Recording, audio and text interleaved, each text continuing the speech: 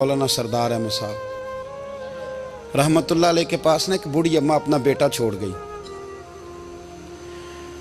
तो हजरत साहब ने को 2 4 5 महीने रखा। तो बाद में उसकी अम्मा को बुला के कहा कि भाई तू बेवा है, बेटा तेरा यतीम है, मैं नहीं चाहता कि इसका वक्त ज़ाया हो।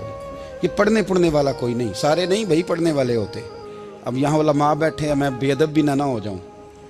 कुछ पूरे 8 साल लगा के भी आ जाते हैं, सनद भी उनके पास होती है। नाराज ना हो जाना, ये तो सब अच्छे लोग हैं। सनद होती है पर पता कोई नहीं होता। ये आला हजरत ने लिखी है बात। सनद होती है, पूरी डिग्री होती है, उस पर कई लोगों के साइन भी होते हैं। तो बहुत सारे तालिब इल्म ऐसे होते हैं जो मदारस में कहते हैं मैं फाजल फलां हूँ, लेकिन कोई शय पास।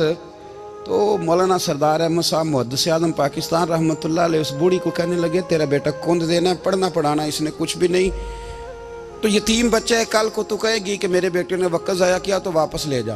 बूढ़ी अम्मा रोने लग गई, कहने लगी मैं पढ़ाने तो नहीं लाई थी, मैं तो आपको रब का वली समझती हूँ, मैं तो नौकरी कराने लाई थी।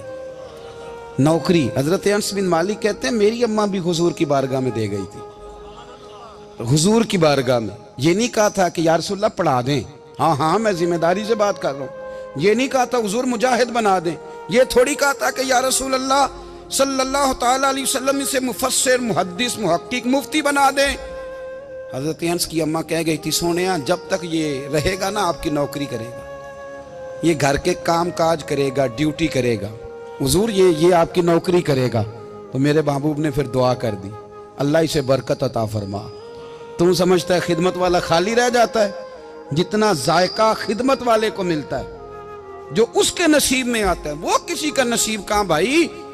हजरत अनस कहते हैं हुजूर ने दुआ कर दी, बरकत की। मुझे तो खेती बाड़ी आती भी नहीं थी, पर लोगों के बाग में साल में 1 दफा फल लगता था, मेरे बाग में 2 दफा लगता था। हुजूर ने दुआ कर दी अल्लाह इसे औलाद दे। फरमाते हैं मेरे बेटे, मेरे पोते, मेरे नवासे, मेरी बेटियां, फरमाते हैं मैं जिंदा हूं और मेरी 100 औलादे मौजूद हैं।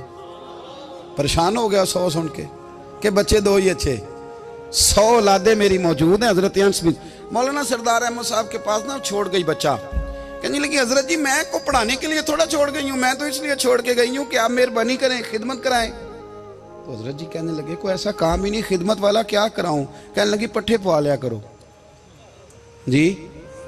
हूँ लड़ पेंदे ने, कहने ने बच्चे काम करते हैं मदरसे का। हालांकि अब कहाँ बच्चे काम करते हैं, अब तो गुजर गया दौर, अब तो बच्चे काम कराते हैं।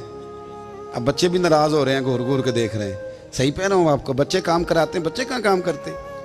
कहने लगी ये चारा डाले करेगा आपकी भैंसों को। तो हजरत ने उसको कहा कि बीबी चारा मेरी भैंसों को डालने के लिए मैंने बंदा रखा हुआ है, तो तू जा ले जा। कहने लगी हाथ बांध के हुजूर मेहरबानी करें रख ले, चारा डालेगा। और पुत्र तवज्जो से चारा डालना हजरत की भैंसों को। रोने लगी, हजरत ने रख लिया, महीने का खर्चा भी देते। शाम को ना वो सारा दिन काम करता, शाम को आके पैरों में भी बैठ जाता। हजरत जी लाएं तेल थोड़ा सा, पैर ना दबा दूं। 8 साल साथ वाले पढ़ते रहे, ये बेचारा नौकरी करता रहा। मेरा रूप भी नहीं ते मेरा रंग भी नहीं, और मैनू यार मनान दा टंग भी नहीं। कभी कभी ना हजरत बिलाल हबशी फारग होते ना, तो नबी पाक की बारगाह में अर्ज करते हुजूर कोई काम तो नहीं, सारे हो गए, हुजूर जाऊं जरा, चले जाते। एक दिन सलमान फारसी कहने लगे या रसूलल्लाह ये बिलाल कहाँ जाता है। फरमाया जा देख के तो आ। हजरत सलमान वापस आए तो आके रोने लगे, कहने लगे सोनिया जब यहाँ से जाता है ना तो जाके सैयदा फातिमा की चक्की पीसनी शुरू कर देता, बीबी साहबा के काम करने लगता है, घर में जाके स्नैन की ड्यूटी करता है, वहाँ भी काम यहाँ भी काम। वो चारा डालता रहा, उसने चारा डाला। हजरत मुहद्दिस आज़म की भैंसों को दस्तारे फजीलत का वक्त आ गया, सारे पगड़ियाँ सजा के आ गए, आज दस्तार होगी।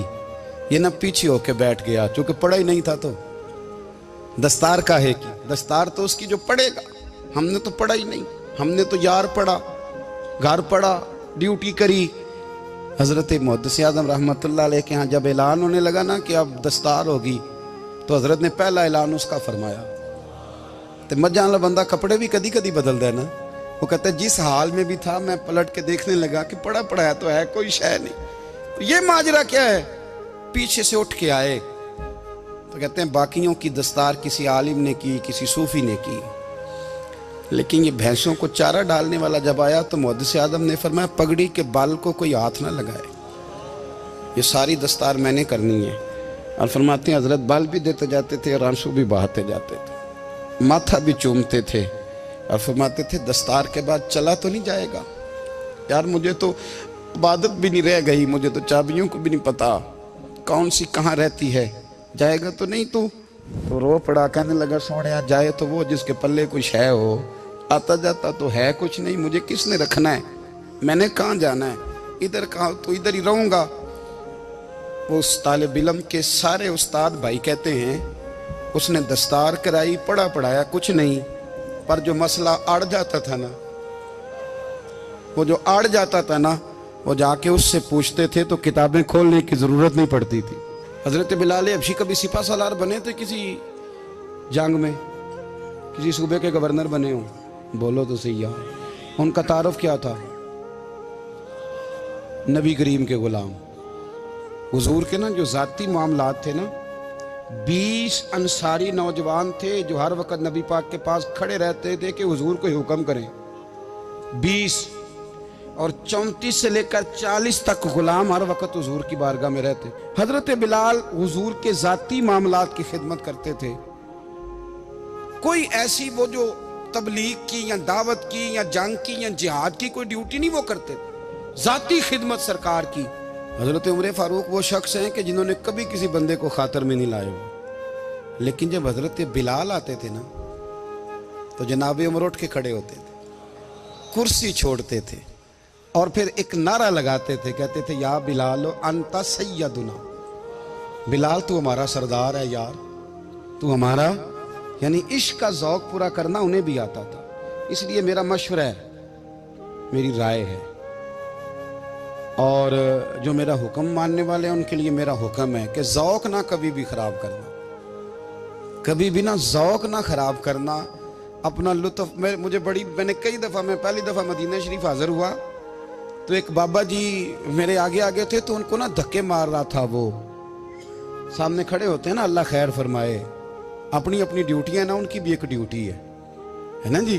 तो वो धक्के मार रहा था तो बाबा उसे कह रहा था तेरी खैर होवे पहरेदारा, रोजे दी जाली चुम लैन दे। उन्हें फिर धक्का मारे तो फिर उन्हें कहता तेरी खैर होवे पहरेदारा।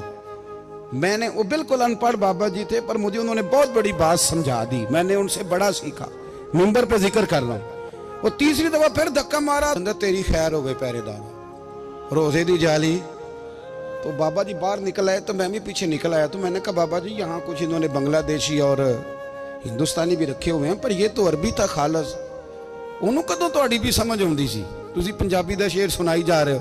कहते पुत्र मैनू भी पता है उन्होंने नहीं समझ आ रही, पर मैं तो अपना रांझा पै राजी करता सा, मैनू पता है उन्होंने कहा ओ यार असी रांझा भी तो राजी करना है कि नहीं, कि सारी जिंदगी किलो काल के झगड़े में पड़े रहना। ऐ इश्क तेरे सदके जलने से छुटे सस्ते, जो आग बुझा देगी वो। और एक जगह पे आला हजरत कहते हैं जान दे दी वादा दीदार पर, हमने जान दे दी। हाँ, खाली उसने वादा किया था कि आऊंगा, आया नहीं था, पर जान हमने पहले दे दी। तो इसलिए ना ज़ौक, शौक, प्यार, वारफ्तगी, मोहब्बत असातिज़ा के लिए, बुजुर्गों के लिए, उलमा के लिए, मशाइख के लिए, बड़ों के लिए ना ज़ौक ना कभी ख़राब होने पाए। अल्लाह आपको सलामत रखे। और कुछ दुआएं मैंने दे दी हैं, कुछ अल्लाह जानता है मेरे दिल में हैं, वो मैं देता रहता हूँ। अल्लाह आपको हमेशा शाद व आबाद फरमाए।